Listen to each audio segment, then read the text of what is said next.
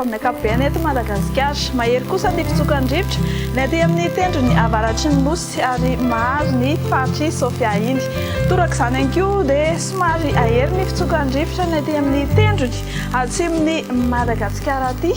Vokatr'izany dia mila mitandrina ny mpampiasa ranomasina amin'ny morontsiraky Toliara sy Tolaniary iny. Ny toetry ny andro no vinavinainao amin'ny Rapitso maraina azo miteny ho azy angamba ny sary fa dia ibalika be avokoa ny masoandro eraky Madagasikara fa tsy mety amin'ny faritry nosy be sy samborano aty no isitraka orana tandrivon-drano anazy. Dia misy mahasamihafa an'izay fa toy izay ihany amin'ny Rapitso tolakandro ibalika be ny masoandro eraky Madagasikara na dia olalovan-drano anazy indraindray ny amin'ny faritra sasany ary ny faritra nosy be sy samborano iny ihany no mando ny andro.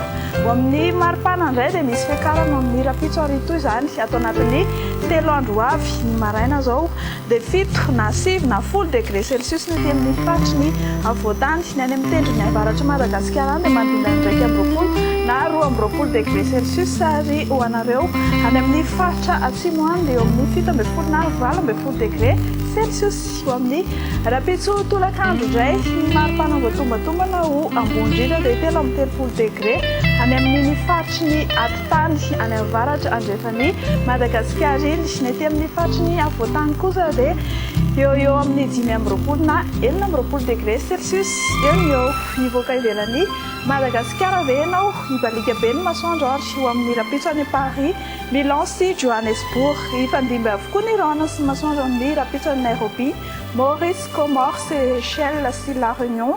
Ny faritry Bangkok kosa dia anorana malefaka. Dia izay no meteo antsika amin'ny fiteny malagasy. Raha farany herinandro mahafinaritra ho antsika tsirairay ny meteo Madagasikara ary maro ny fotoananareo amin'ny manaraka indray.